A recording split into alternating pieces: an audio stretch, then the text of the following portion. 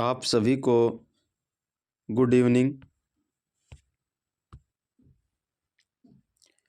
कल हमने पढ़ा मिस्र बंधुओं के बारे में विस्तार पूर्वक से अध्ययन किया था और हम पढ़ रहे हैं हिंदी साहित्य का इतिहास। आज हम पढ़ेंगे आचार्य रामचंद्र शुक्ल। बहुत ही इम्पोर्टेंट आचार्य रामचंद्र शुक्ल को हम पढ़ने वाले हैं। बहुत महत्वपूर्ण है आचार्य रामचंद्र जी शुक्ल। तो शुरू करते हैं बिना किसी देरी किए हुए आज के हमारे टॉपिक की ओर रुख करते हैं। आचार्य रामचंद्र शुक्ल को हम पढ़ेंगे। आचार्य रामचंद्र शुक्ल के बारे में जितनी भी बातें हैं, महत्वपूर्ण बातें, उन सभी को पढ़ने वाले हैं। तो आइए हम शुरू करते हैं बिना किसी देरी किए हुए। आचार्य रामचंद्र शुक्ल जन्म 1884 ईस्वी अगोना बस्ती उत्तर प्रदेश में हुआ था। इनकी मृत्यु या निधन 1941 ईस्वी में हो गया था। प्रमुख रचना हिंदी साहित्य का इतिहास, प्रकाशन वर्ष 1929 ईस्वी, हिंदी शब्द सागर की भूमिका के रूप में की गई थी। प्रकाशक नागरी प्रचारणी सभा काशी। जो ग्रंथ का प्रकाशन है वो प्रकाशन वर्ष तो 1929 में सबसे पहले लिखा हिंदी साहित्य का इतिहास। उसके बाद इसको 1929 में हिंदी शब्द सागर की भूमिका के रूप में प्रकाशन किया। इसका जो प्रकाशक है वो नागरी प्रचारणी सभा काशी के द्वारा किया गया था। सच्चे अर्थों में वैज्ञानिक रूप और सर्वश्रेष्ठ प्रणाली यानी विधेयवादी पद्धति के साथ साथ काल विभाजन डालने वाले सर्वप्रथम विद्वान आचार्य रामचंद्र शुक्ल जी रहे हैं। महत्वपूर्ण बात है, आचार्य रामचंद्र शुक्ल हैं वो विधेयवादी पद्धति का प्रयोग किया और उसके साथ साथ जो काल विभाजन है उसको डालने वाले सर्वप्रथम वैज्ञानिक हैं। आचार्य रामचंद्र शुक्ल और हजारी प्रसाद द्विवेदी हैं, दोनों वैचारिक दृष्टि से एक दूसरे के प्रतिद्वंदी रहे हैं। आचार्य रामचंद्र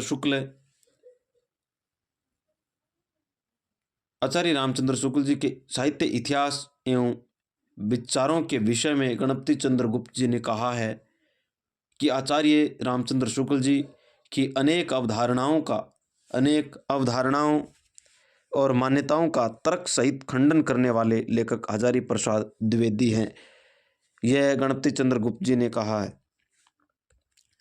आचार्य रामचंद्र शुक्ल को हिंदी का भीष्म पितामह कहा जाता है। हिंदी का भीष्म पितामह किसे कहा जाता है? भीष्म पितामह है आचार्य रामचंद्र शुक्ल को कहा जाता है। आचार्य रामचंद्र शुक्ल जी के हिंदी ग्रंथ हिंदी साहित्य का इतिहास को पहले हिंदी साहित्य विकास जो 1927 ईस्वी में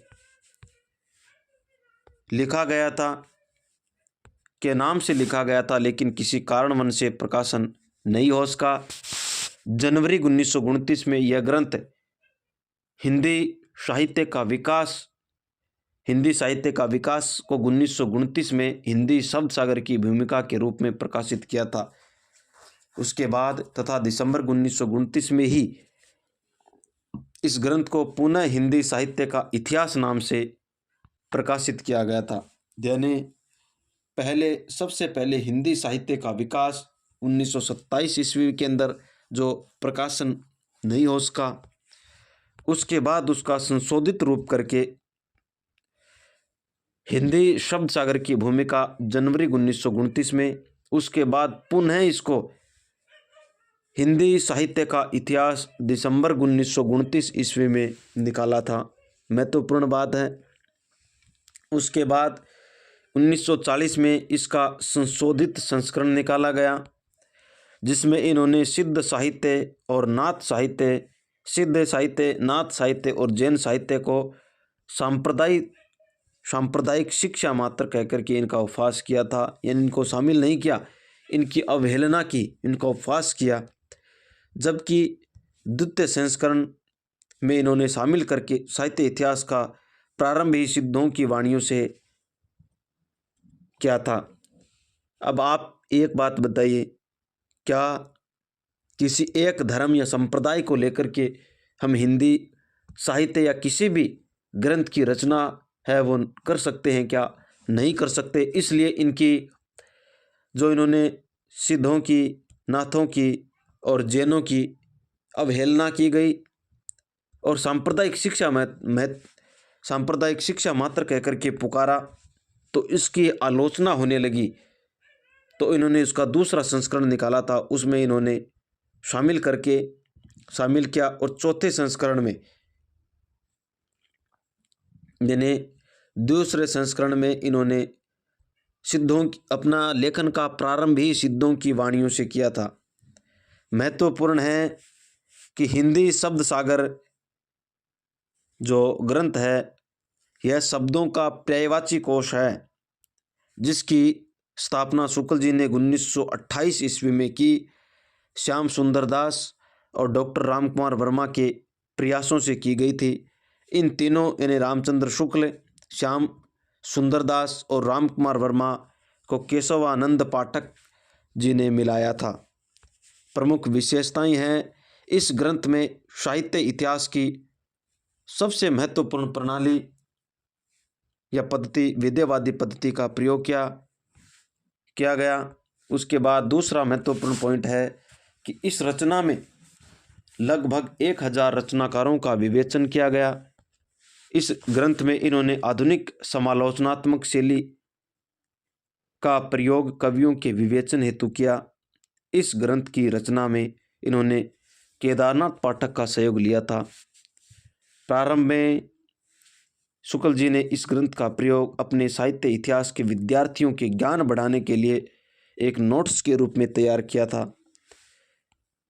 आचार्य रामचंद्र शुक्ल ने इस ग्रंथ का काल विभाजन है वैज्ञानिक पद्धति नहीं बल्कि प्रवृत्ति के साथ किया, जो आज भी सहर्ष स्वीकार किया जाता है। पद्धति तो विद्यावादी थी, लेकिन प्रवृत्ति है वो वैज्ञानिक प्रवृत्ति को अपनाया था इन्होंने। आचार्य रामचंद्र शुक्ल जी के कालों के नामकरण में वीरगाथा काल जो प्रथम काल था को छोड़कर के बाकी सभी काल को सर्वमान्य है। इन्होंने अपभ्रंश के कवियों को हिंदी साहित्य इतिहास से अलग कर हिंदी साहित्य इतिहास की पूर्व पीठिका में शामिल किया था। इनसे पहले जो भी रचनाएं मिलती हैं उनको हिंदी साहित्य इतिहास की पूर्व पीठिका के अंदर स्थान दिया।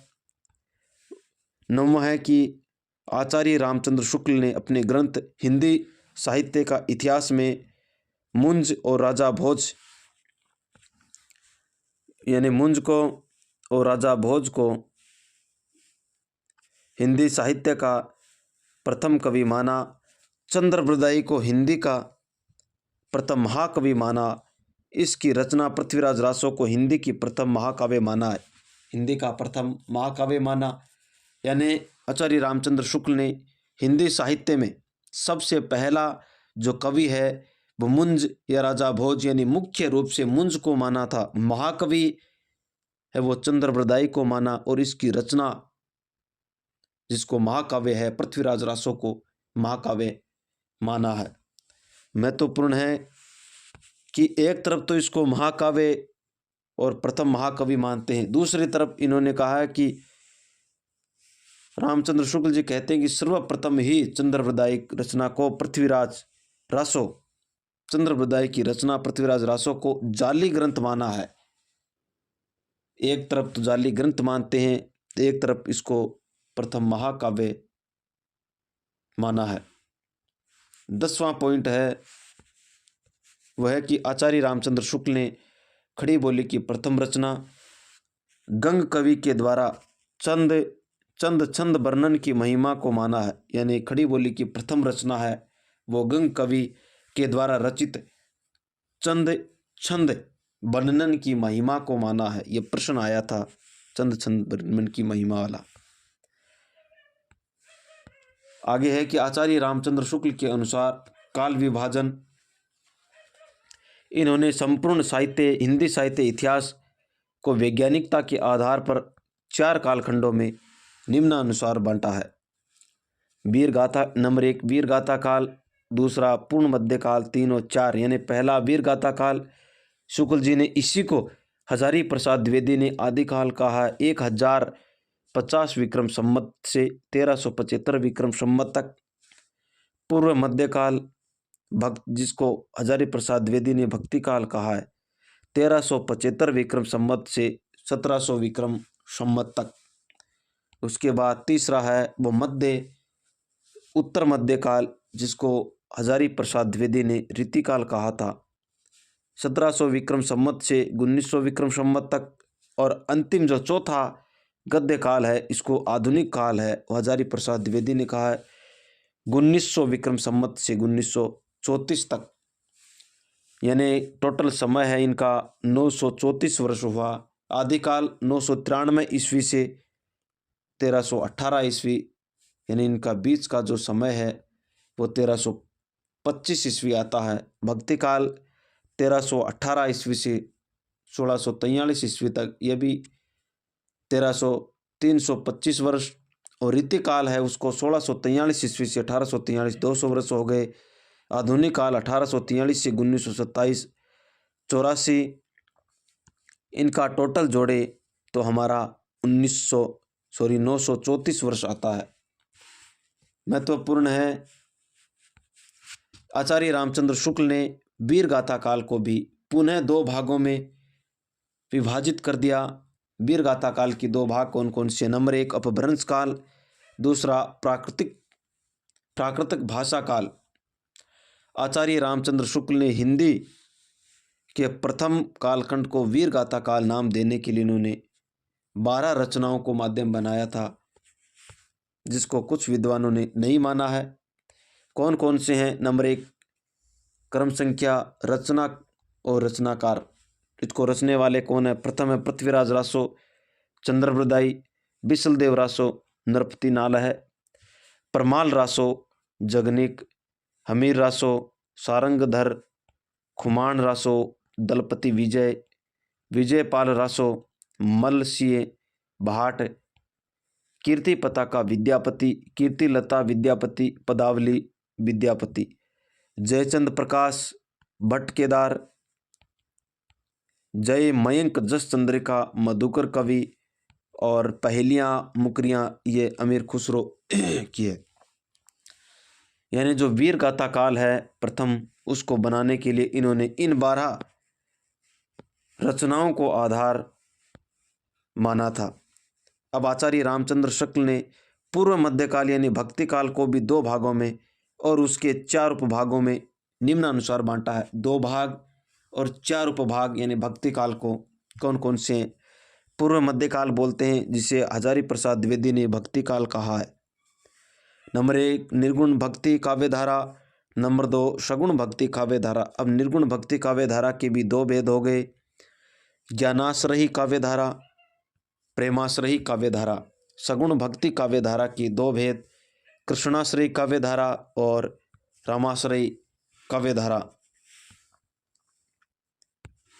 आगे है कि आचार्य रामचंद्र शुक्ल ने वापिस गद्य काल को यानी आधुनिक काल को भी 3 भागों में निम्नानुसार बांटा है। गद्य काल या आधुनिक काल। नंबर 1 प्रथम उत्थान काल, जिसको भारत तेंदु युग कहते हैं। दूसरा है द्वितीय उत्थान काल, जिसे द्विवेदी युग कहते हैं। तीसरा है तृतीय उत्थान काल, छायावादी युग कहते हैं। आचार्य रामचंद्र शुक्ल ने के द्वारा रचित अन्य रचनाएं कौन कौन सी है? क्रम संख्या, रचना और रचनाकार, रचना का स्वरूप, रस सैद्धांतिक समीक्षा यानी सिद्धांतों के ऊपर लिखी गई है। दूसरा है महाकवि सूरदास, व्यवहारिक समीक्षा, और महाकवि तुलसीदास, ये भी व्यवहारिक समीक्षा है। चौथी है चिंतामणि निबंध संग्रह, जिसके 4 भाग हैं। 5वां है विश्व प्रपंच, विश्व के दर्शन है। हम विश्व के बाहर जाएंगे तो दर्शन करेंगे, यानी दर्शन से संबंधित है।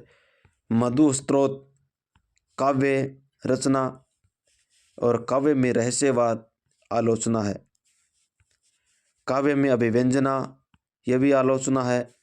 जायसी ग्रंथावली संपादित रचना है। अन्य रचना है, ये 9 है। महत्वपूर्ण है कि आचार्य रामचंद्र शुक्ल है कबीर को एक सामान्य कवि का दर्जा देते हैं। इस प्रकार आज हमने आचार्य रामचंद्र शुक्ल को विस्तार पूर्वक से पढ़ा है। आगे की चर्चा हम अगली क्लास में यानी कल करेंगे। तब तक के लिए आप सभी को धन्यवाद।